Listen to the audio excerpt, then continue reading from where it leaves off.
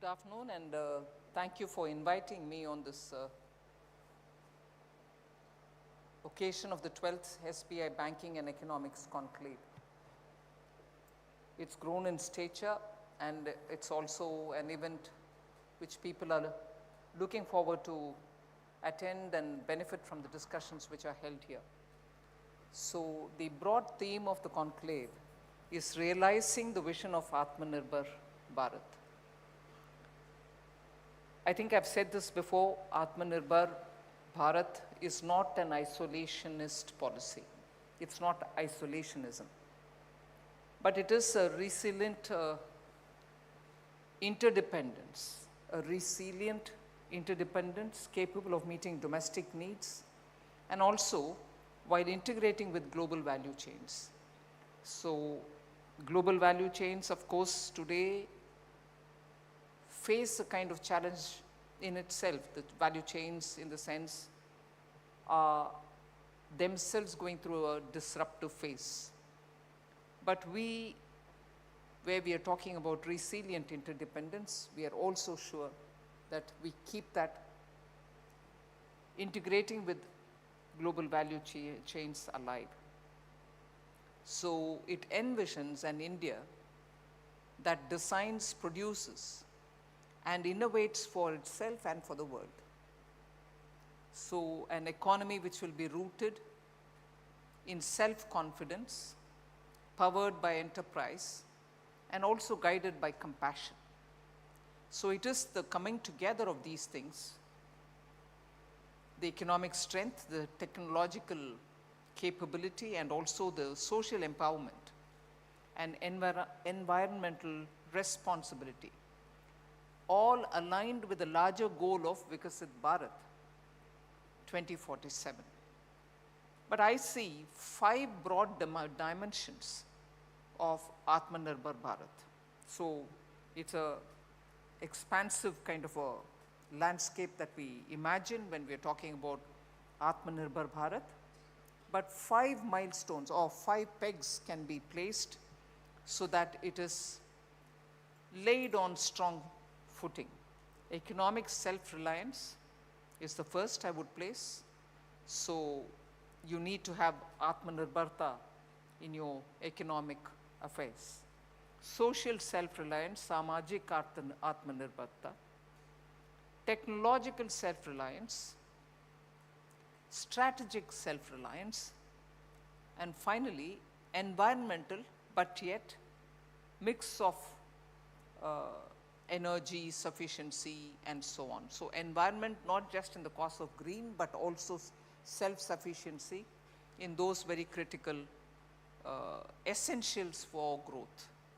So it will be on these 5 pillars that I would be placing my narrative to say what is it that we are thinking in terms of when we are talking of Atmanirbhar Bharat and also reaching Vikasit Bharat by 2047, giving a picture under each of what work has already happened.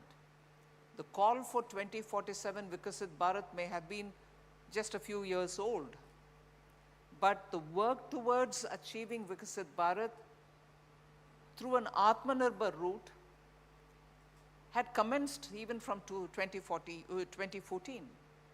So even as I lay these 5 pillars before you and talk about Atmanirbharta in those areas, I'll equally place before you what foundational work has happened in order that what we need to do for the next 20 years is going to be built on those foundational work.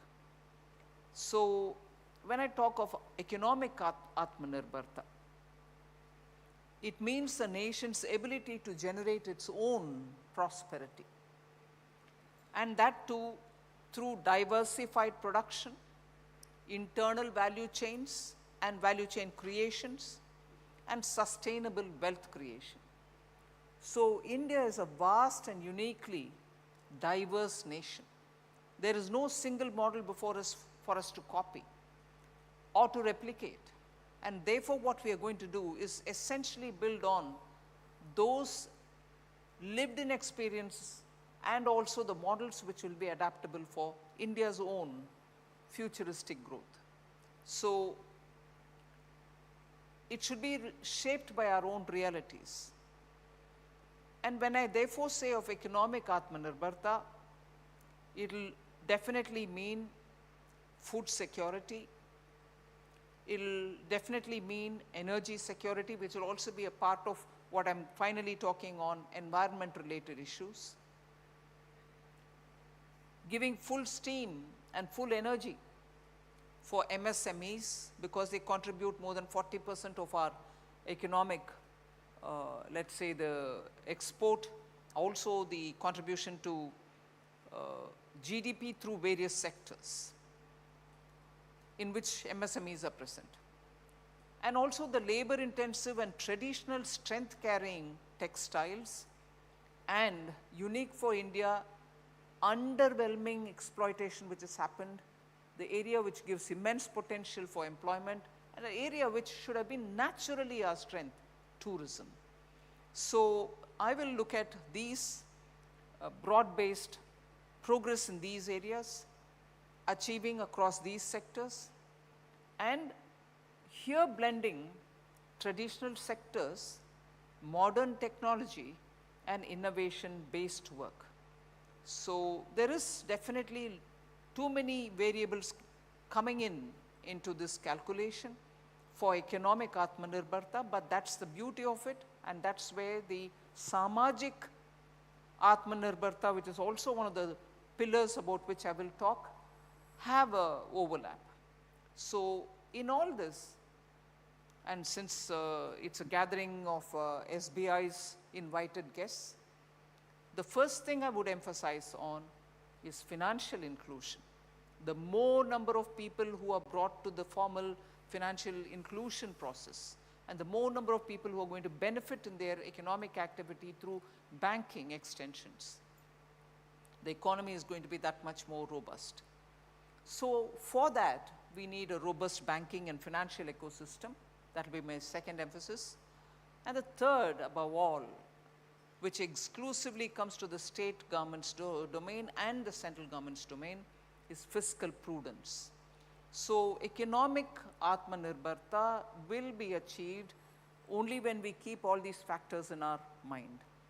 So what efforts have gone? Since I started by saying from 2014 itself, there have been a lot of attempts to do the foundational work for the achievement of Vikasit Bharat. You might have heard these statistics before, but I'm just giving you the nuggets. It tells you where consistency in policy, stability in governance, and pursuing every particular money that is going down to the last post, welfare or infrastructure creating, you are looking at taking the money allocated in the budget to the last point. So infrastructure creation has been our major focus in order that our self-reliance really stands on proper footing. So your economic self-reliance is not going to be realizable without adequate and also proper infrastructure. So what is, look at what has happened in the last decade. The capital expenditure allocation has increased nearly 5 times, where it was closer to 2013-14. It was actually at 2.30 lakh crores. And where is it today? 11.21 lakh crores. So that is the proverbial putting the money where the mouth is. We've actually shown it in the last 10 years. And I closely monitor how much actually gets spent much before my RE numbers are fixed. So it is with that seriousness that allocation is followed till the last post where it has to reach. So national highways therefore grew by 60%, and where it was 11.6 kilometers per day in 2014, it has reached 34 kilometers per day in laying of these national highways. So is the metro rail connectivity. 23 cities in India now have metro. Some of them complete and up and running, a few where the work is still on. So from about 250 kilometers, which was in 2014, today India has 1,000 kilometers of metro lines in operation.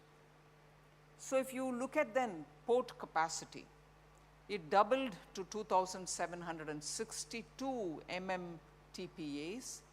Overall vessel turnaround time, which is very important in terms of trade facilitation, has improved from 93 hours to 49 hours now. So we have undertaken countless path-breaking ease of doing business reforms since 2014. I don't need to remind this August gathering that 1,500 archaic laws have been removed, 45,000 compliances have also been removed. The goods and services tax reforms, new generation GST, is something about which we've spoken severally in the last couple of weeks, essentially focusing on rate reduction, you would think, but I would think rate reduction, yes, but process simplification, classification clarity are also part of this GST next generation reforms. I'm here on the invitation of SBI, so it will be only very proper to say banks have helped in economic Atmanirbharta by aiding financial inclusion and credit creation. So a big credit to our Indian banks. Today we have 56 crore Jan Dhan accounts. So financial inclusion actually getting executed through the banks in the ground. 52 Mudra loan accounts Yojana, 52 lakh I think, and 70 lakh PM Swanidhi loans, creating a large pool of young entrepreneurs at the local level, tier 3, tier 2 level, and they belong particularly to marginalized groups.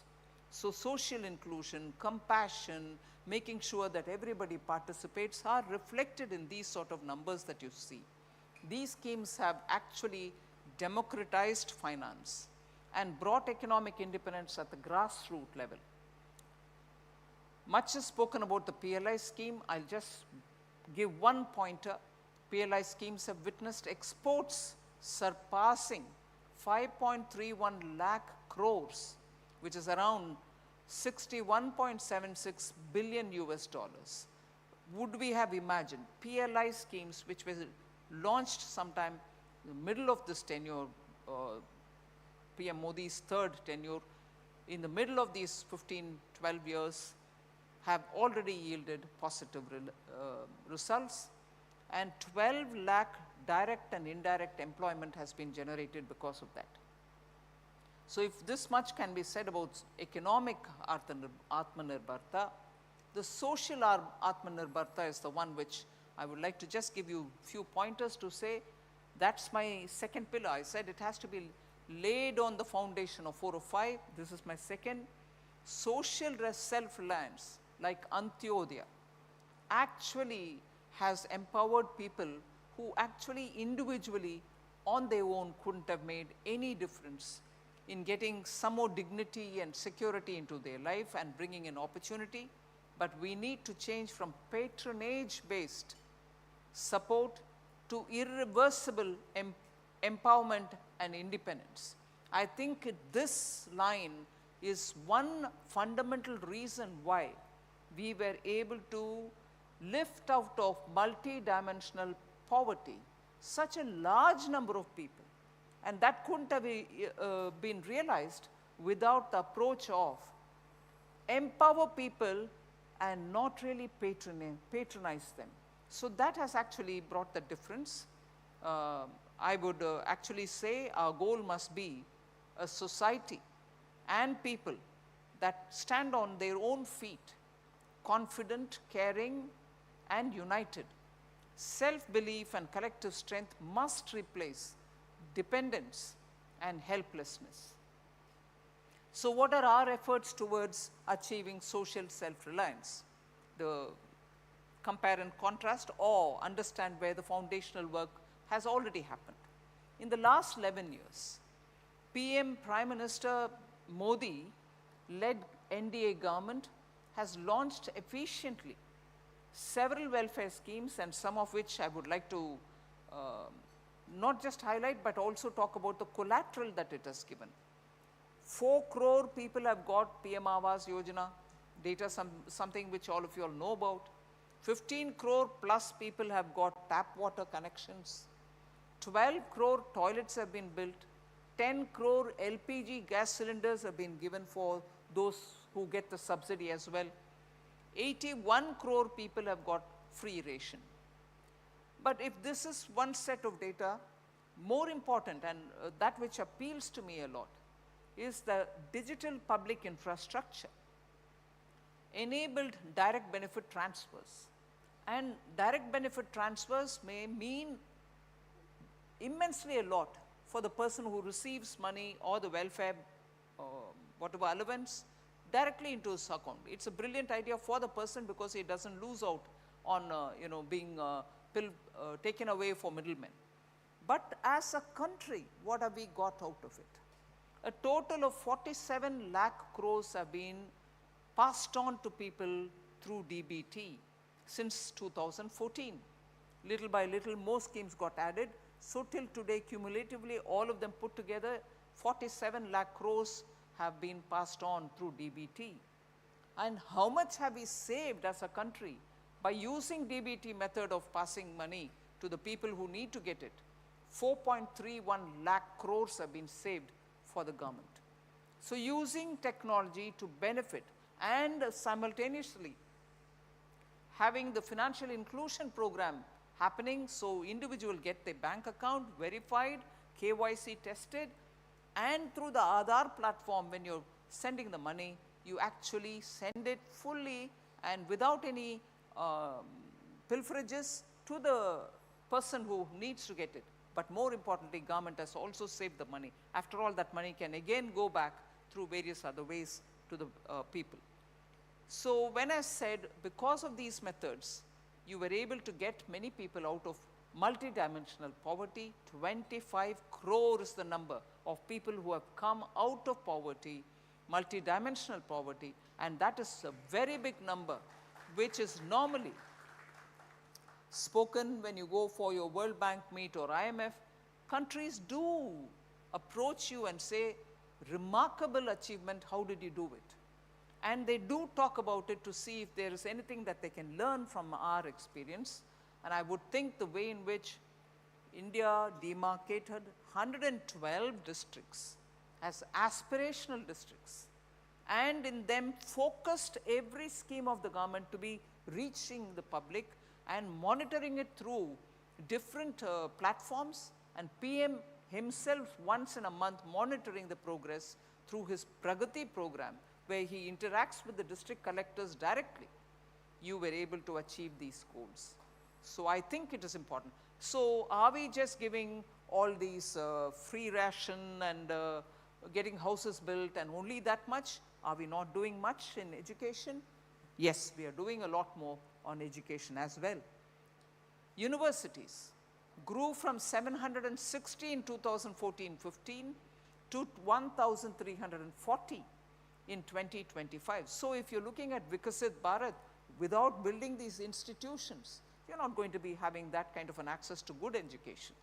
Similarly, colleges. In 2014-15, you had 38,500 colleges, 38,500. In 2025, there are 52,000 colleges established. So education is receiving its due attention, which has to be given. So does it stop at that? 7 new IITs have been built in this last 10 years. 6,500 more seats have also been added up. 8 new Indian Institute of Managements have been built. And today you have a total of 21 of them. And 16 new aims have been set up all over the country. So the institutions, building them up, bringing the faculty, adding new seats, giving access to higher education are all part of a good educational framework. Similarly, the healthcare system is something on which I like to place emphasis.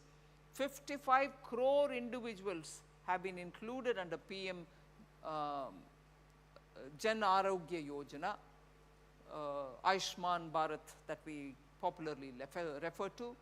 which means 12 crore or a bit more families have benefited because of this Jan Arogya Yojana. 17,000 Jan Ayush Aushadhi Kendras have been set up, which give affordable medicines because generic medicines are being given. They are bringing down cost by 60% in total for every family. So now I move on to technological self-reliance. Design, develop and deploy technology without external vulnerability. That's the Atmanirbharta that we are looking for in technology, from ideas also till execution. So indigenous R&D, ability to convert knowledge into national capabilities, and intellectual sovereignty are very important even as we work in these fields. And I would think technological Atmanirbharta is not only about hardware or manufacturing, but it's also about data sovereignty, digital trust, leadership in emerging frontiers such as AI, quantum tech, space and biotechnology. So it is this direction that we want to take, and what is our effort there? Our government has used technology for inclusive development, as I gave you examples earlier, ease of living, and also for technology-led growth. There are today 116 crore mobile subscribers in India, 116 crore.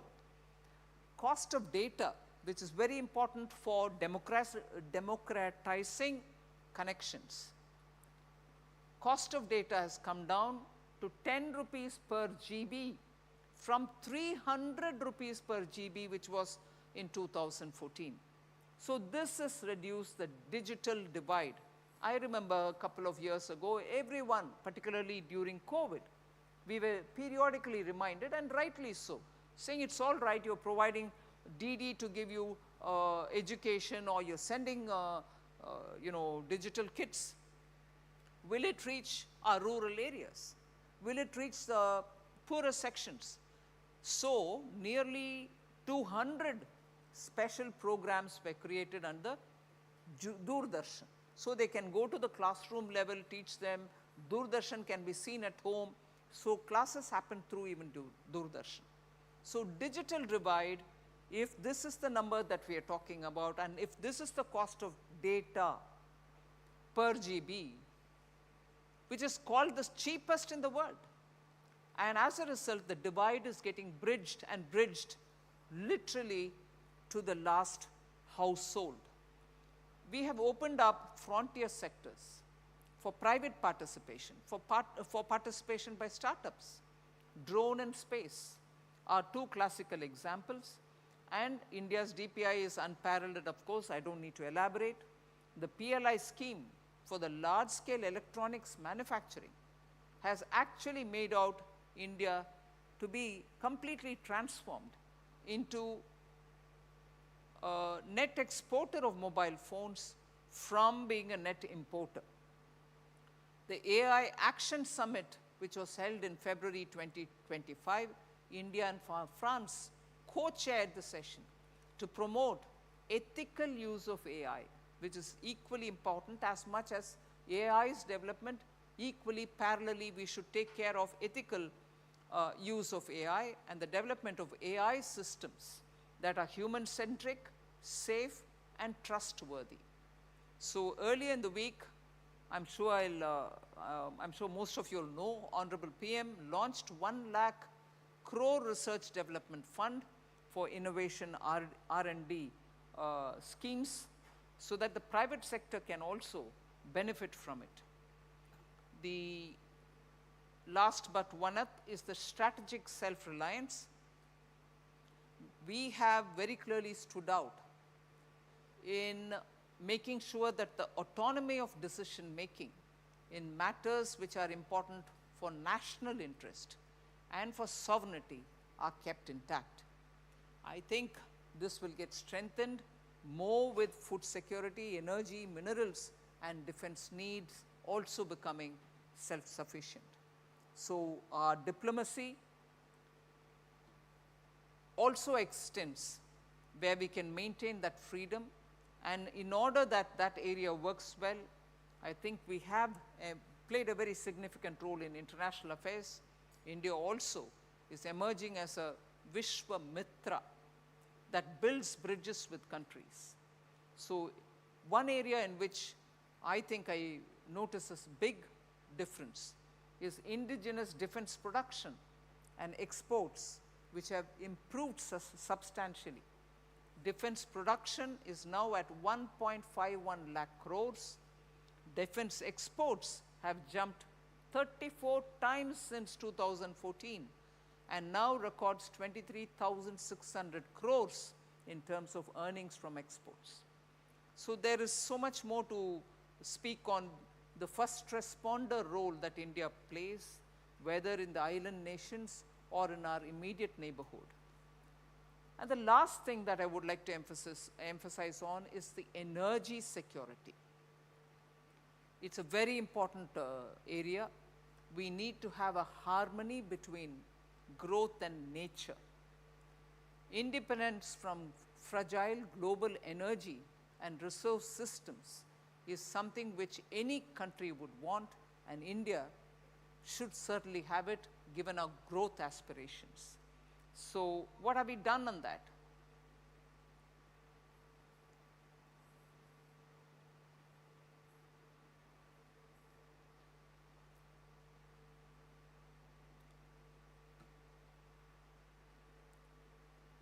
Diversifying clean energy and its sources to reduce carbon emissions. Quite a lot of effort is going on. The International Solar Alliance is something which has been received very well by our friendly nations. Many of them have joined. And it's important to notice here that the nationally determined contribution target of 40% of installed capacity from non-fossil fuel sources in November 21 itself was achieved, 40% target. A full 9 years ahead of 2030 target, and this was completely self-funded. Similarly, non-fossil fuel sources, renewable energy, hydro, nuclear, at about 256 gigawatt, over 51% of the total installed power capacity has also been achieved. India is recognized as the fourth globally biggest in overall renewable energy capacity. Mission Life is something which we are actively promoting so that individuals also contribute towards global awareness. India's green cover has actually grown, and today there is a net increase of 16,630 square kilometers in forest cover. I'll conclude by saying these are very important for us to recognize, and this road to Atmanirbhar Bharat is one of courage, cooperation, and constant adaptation. India must act together.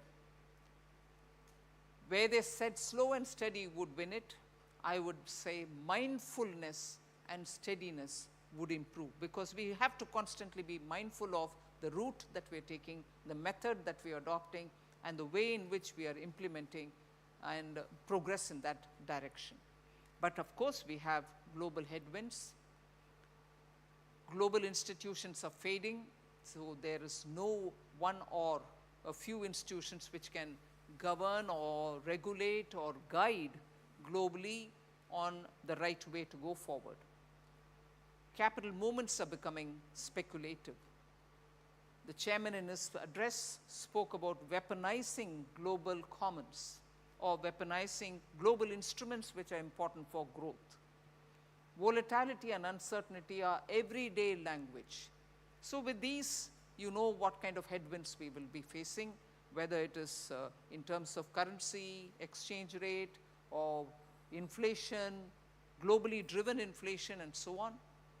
The other challenges which I will just flag but not get into details are skills and productivity gap, particularly with upskilling requirements which are coming in because of AI, Innovation in ecosystem, deep collaboration is required between academia, industry, and government at every level, the central government level, state government level, and also the local body level, and it is required for both manufacturing and also for services.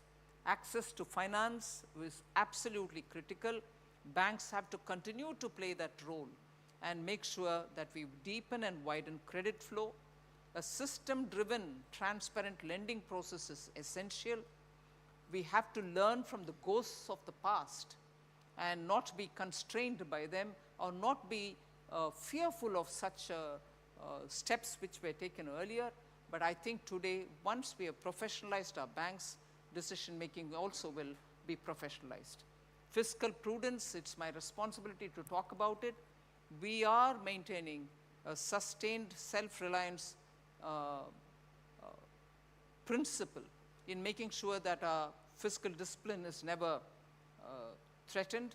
Balancing growth spending with fiscal stability will ensure macroeconomic resilience, keep inflation in check, and also preserve investors' confidence. Leadership and vision is a very important factor. India is the only country which I can see offering a stability even in this kind of a very turmoil-ridden world, and I think that is one of the advantage for India. And finally, mindset to continuously carrying out reforms will be important, whether it pertains to central government reforms, state government reforms, or regulators reforming themselves, or judiciary.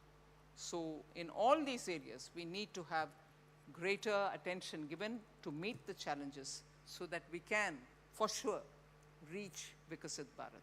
Thank you.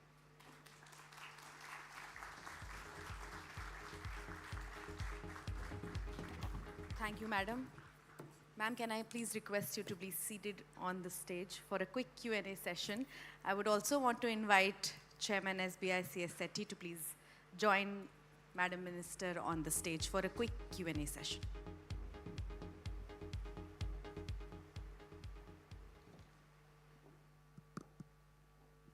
Thank you, ma'am, for very, very comprehensive context setting for this conclave. What I liked in your presentation is in terms of laying out what actually self-reliance means for India. And truly Atmanirbhar Bharat has to not only look at economic resilience, but also economic, social, technological, strategic, and environmental. I think enough food for thought for the conclave. We will be running these themes across our panels, across our keynote speakers, and probably will build the consensus on many of the thoughts what you have generated today. I also liked, ma'am, the courage, cooperation, and constant adaptation. I think these are the critical elements in our journey towards self-reliance. Thank you very much for those ideas what you have given. Ma'am, I have a few questions of my own before we open up to the audience.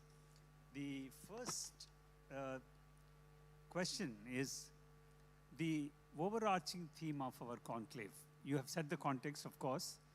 While it is true that world is in a fragmented order, IMF in its latest update indicate that prolonged uncertainty, more protectionism, and labor supply shocks could reduce economic growth. Even though, ma'am, our SBI research team forcefully says India will possibly close the year with a growth rate close to 7%. How do you see India's quest for self-reliance? Of course, you have laid out very clearly, but from this backdrop of economic growth rate, while we philosophically have laid out our 5 pillars, on the ground, we see that there's a good amount of consumption demand coming back. In our Q2 numbers, we surprised the market in terms of our growth rates, I think aided predominantly by the fiscal measures what you have taken and banking related measures the regulators have taken. My question is that how do you see in this backdrop the growth rate momentum?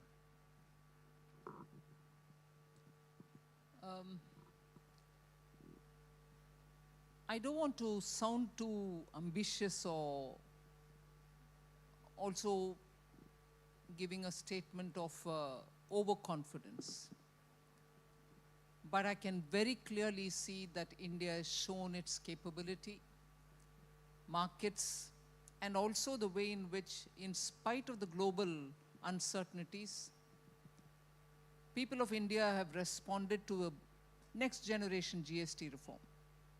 Every sector saw it even on the first day, September 22nd. Some saw it even earlier because they opened up earlier. Now, why do I just start my answer or reply to this particular question from the GST point of view? I think GST shows in terms of small, medium, and large purchases, big ticket purchases or small ticket everyday item purchases, the readiness of the people to respond to public policy. Indians have always responded to governments which are responsive.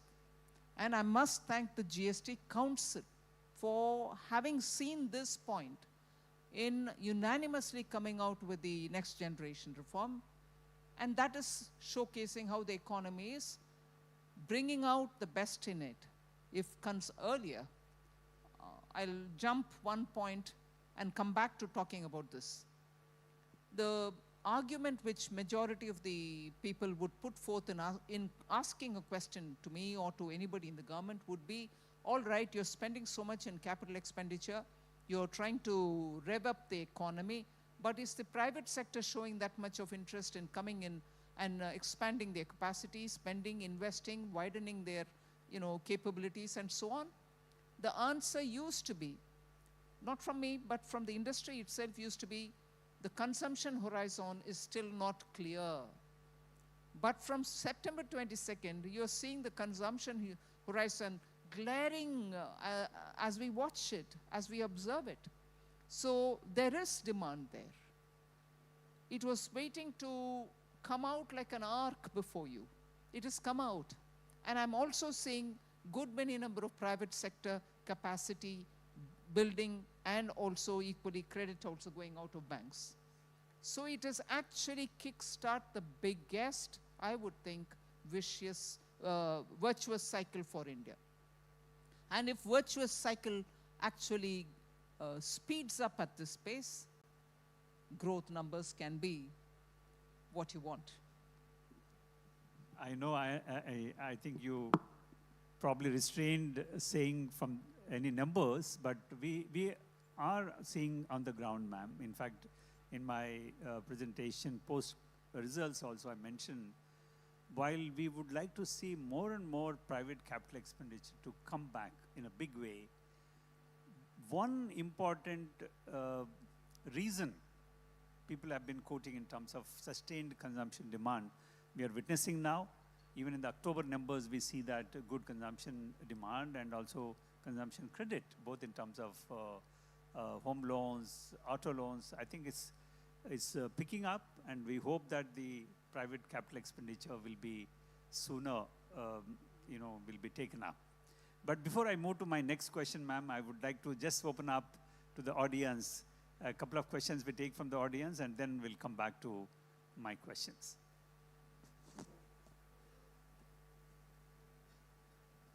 Yeah. Any questions? Yes.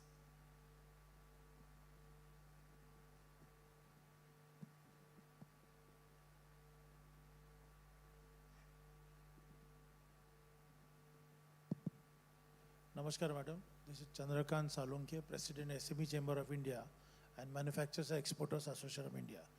I would like to bring a notice that, particularly firms are registered in two ways. One is an ROC, and in the second is firms are registered in state government. If you look at the 7 crore MSMEs in India, and mostly the partnership firms also there and proprietorship. But because of the registration under the state government law and judiciary, they don't have interest to to give the registration instantly. If we have to look at the competition with China, 180 million enterprises registered there, and we have 29 lakh companies registered on the ROC, and 18 lakhs now running, 10 lakhs are struggling. So I would like to bring, rather I want to suggest you how we had given the recognition to the startups. Can we bring out this register of firms to the ROC where Indian SMEs, Indian enterprises can create more credibility, particularly to follow the fair business practices, and mostly the banks are facing problem to reach the 1 crore, the customer base for the MSME sector, where banking also can lend properly for to march towards Viksit Bharat. So I request you humbly take this note and discuss with the state government or bring out that this register of firms to the ROC. It will be definitely, we will increase the numbers and also will be enhance the manufacturing unit activities in India. Thank you. Would you like to respond, ma'am? Okay. Any other questions? Yeah.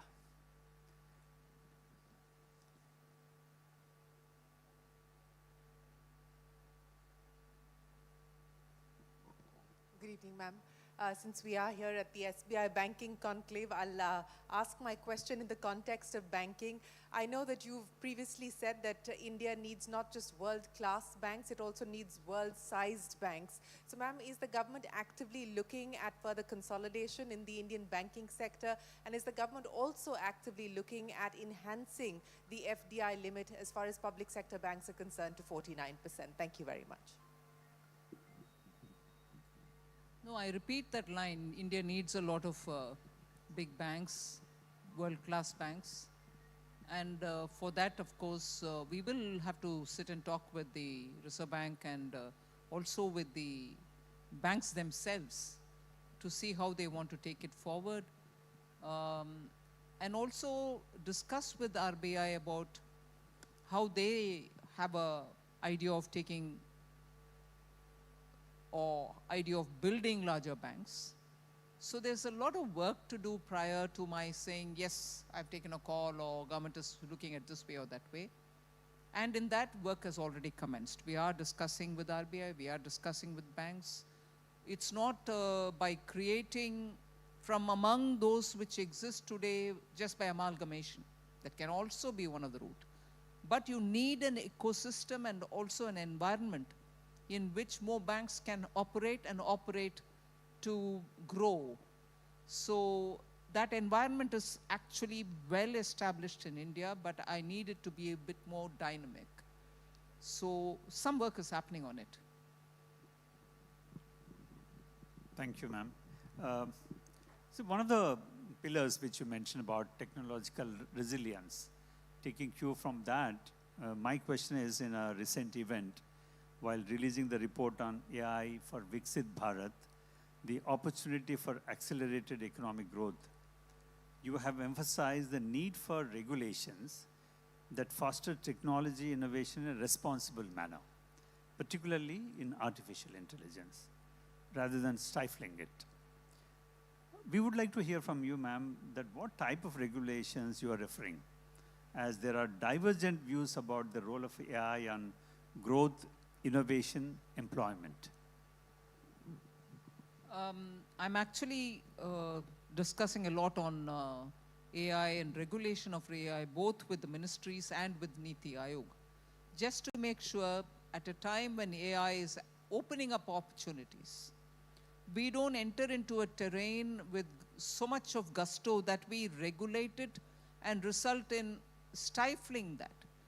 At the same time, the risks of AI unethically growing and into areas which can threaten individual, the data, or even some practices which are very easy to be misused by misguided elements. It also has a very big connotation if it is left unregulated, totally I mean. If it is left totally unregulated, the implication on national security, the implication on forces which can bring in illegal activity, whether it is drugs and other things, is very high.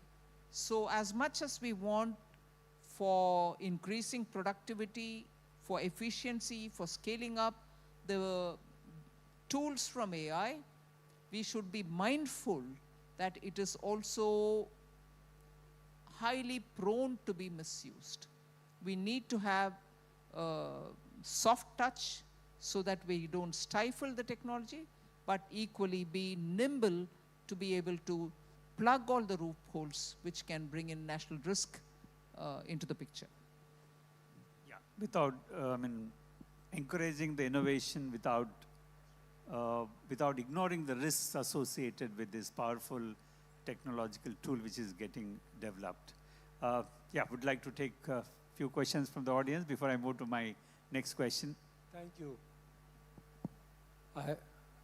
I just wanted to thank you very much. In fact, just yesterday, you have issued, or MITI has issued the AI guidelines, which are a fantastic framework which balance both the need for innovation and the need for some kind of regulation. And my only comment, and I think Secretary Krishnan even mentioned, that we will not hesitate if there is a need. These are non-binding, but we will not hesitate to make legally binding ones if we need to.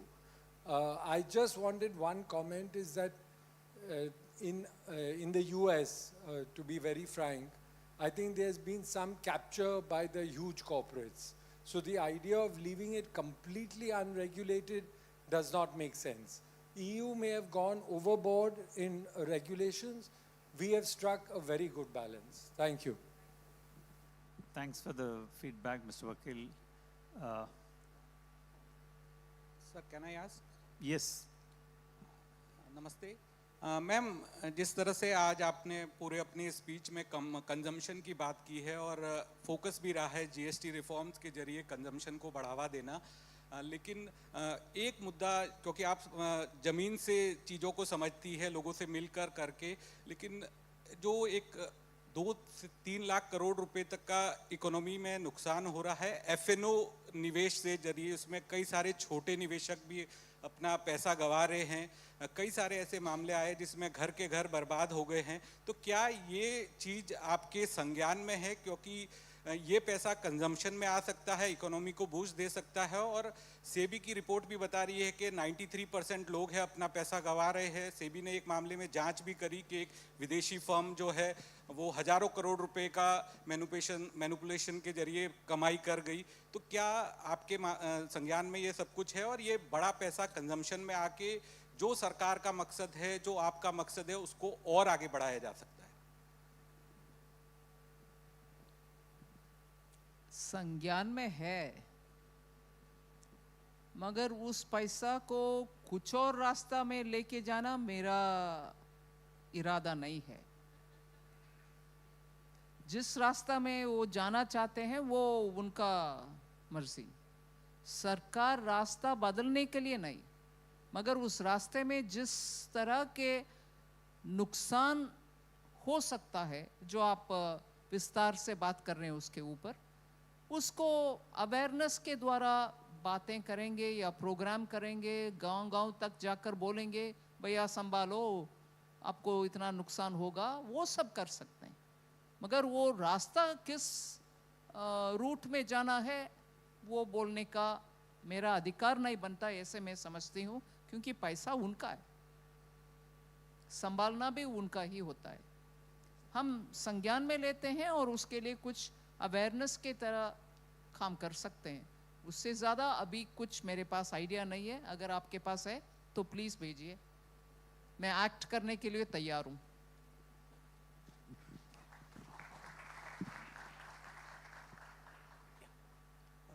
Good afternoon, ma'am. Very nice to hear the kind of words you have said about self-independence at Atmanirbhar Bharat.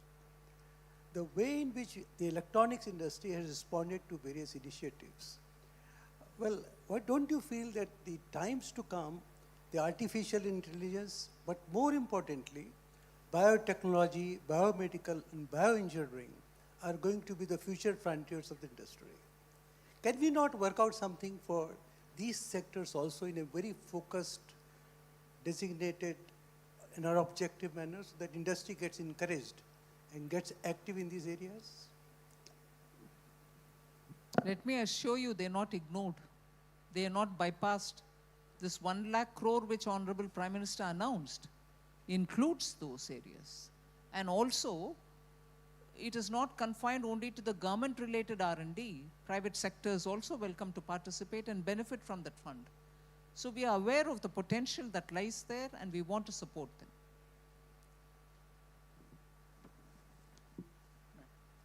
Good evening, ma'am. We are happy for the Government of India's policy on GST reforms, and the industry is very happy about that. Since COVID loans have been, most of the COVID loans have been paid by the industry, we feel like future capex, I think some support from the government by way of interest subvention is helpful, because the economy, most of the industries, people are still waiting when to spend for future expansion and all, ma'am. Maybe some support on the interest subvention is required for the industry. That's what most of the industries feel, ma'am. Thank you. Ma'am, for the question from me, I think you did mention in your speech that the institutional framework and the rules-based approach is breaking down. And everybody is looking, obviously, in their own national interest, but beyond the national interest, the systems are breaking. So it's widely accepted that trade diplomacy should be paid with macroeconomic adjustment. So how would we protect our economic interests while executing economic cooperations with the European Union and particularly with the United States? I think this is one question everybody would like to be solved, in the sense that while we are doing quite a few things on the EU front, the economic stakeholders are waiting for some conclusion for the BTA with the US. So any thoughts on that, ma'am? I think there's a lot of thought in the media about it, and every move that the Indian negotiators are taking towards getting the agreement signed is also reported in the media. We'll have to wait for that final destination to be reached. Efforts are being made. There's just no second thought on that. Commerce Ministry is very seriously engaged in negotiations with all these countries. I mean, at least the two you named, European Union and also with the US. The ministers now in New Zealand trying to tie it all up for an agreement there as well. So efforts to have trade agreements signed are in full force. We'll wait for the conclusions. Thank you, ma'am. Yeah.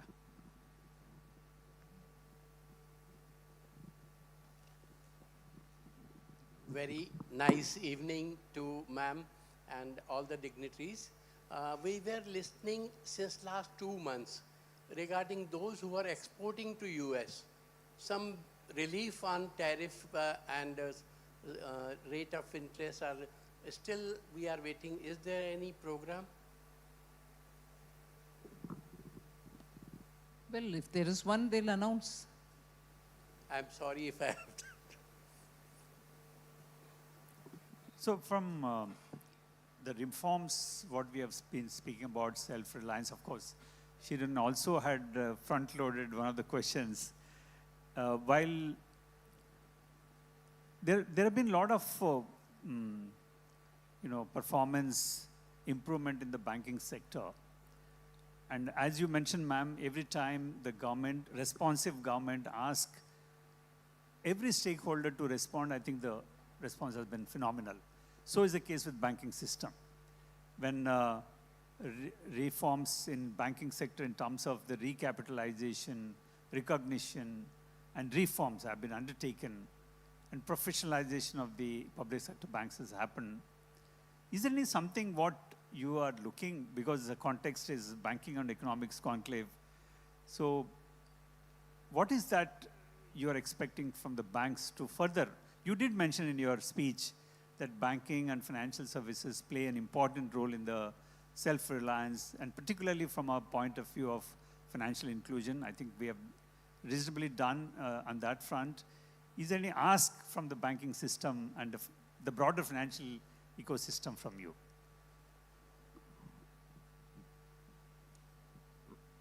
Nothing out of the box.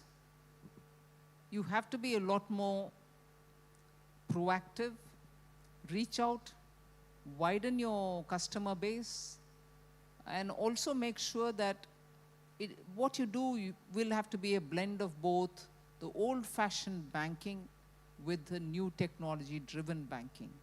You just can't now say, I'm doing it all digitally, and I will reach out to my customers online. All that is fine. But person-to-person contact, which was the trait of Indian banks. And even when technology wasn't available, you made big waves because of the way in which your banking operations were people-driven, customer-driven, your staff-driven. I think that emphasis on person-to-person contact, and there, of course, since I come from the South, I will say language is an important way in which you communicate with your customers. Even if they're proficient in Hindi or English, I think it gives a nice touch. We Indians are known to go abroad and say few words in French and few words in Spanish or few words in Japanese because we want to please the host. It is basic etiquette. And the only flack which I'm unable to defend on behalf of the public sector banks, I'm not talking about the private ones at all, is when, because of our HR policy, we post people with different mother tongues to different areas. I'm not blaming the policy, but not a word of the local language is spoken. That little element of touch which is required with your local customers, without them you're not there. You need to have that element come in. Technology can be anything. DPI can bring in great advantages, efficiencies, productivity, profit. But that human touch is what many of the earlier private banks had, which later got nationalized. I've heard in my family stories after stories of how they would go to the villages and meet up with the customers. You don't need to toil like that, which our predecessors did. But yet, you need to have that touch. And I would put that as a very big element for your growth. Please don't be tantalized by just the technology-related growth. There are people out there. Connect with them. You have actually, now that it's a budgetary announcement, and I would see each one of you all having to do it, credit rating of a customer, particularly MSME, will have to be your own. It's a budget announcement that you shall not have a credit rating outsourced company advising you on it. What's the logic behind it? You knew your customers earlier because the person posted there would tell you about the local, who's creditworthy, who's reliable, who's authentic, who's this, who's that. That's completely gone. Wouldn't you want to restore that? What kind of and also the ills of outsourced credit rating are up to our nose. People know it now. I cleared my debt, but still the agency has taken its own sweet time to correct my credit record, and therefore I'm being denied loan. At a time we want growth to be given the emphasis. You can't ignore any one individual who's contributing to the economy. So I, honestly, through this conclave of SBI, appeal to all banks. Make sure your HR policies are such that you're not just recruiting for the sake of numbers, recruit for making sure that every staff posted at a branch would understand his customer, speak the language locally. At least if the top management doesn't speak, at least the branch level officials should speak. And I would strongly push towards performance appraisal based on his or her efficiency in the local language. That said, I think you have a very clear agenda. Credit will have to be made available. Even yesterday, I had 2 people approaching me saying, impossible to deal with your banks, as good as us shutting and going back to our local, money lender.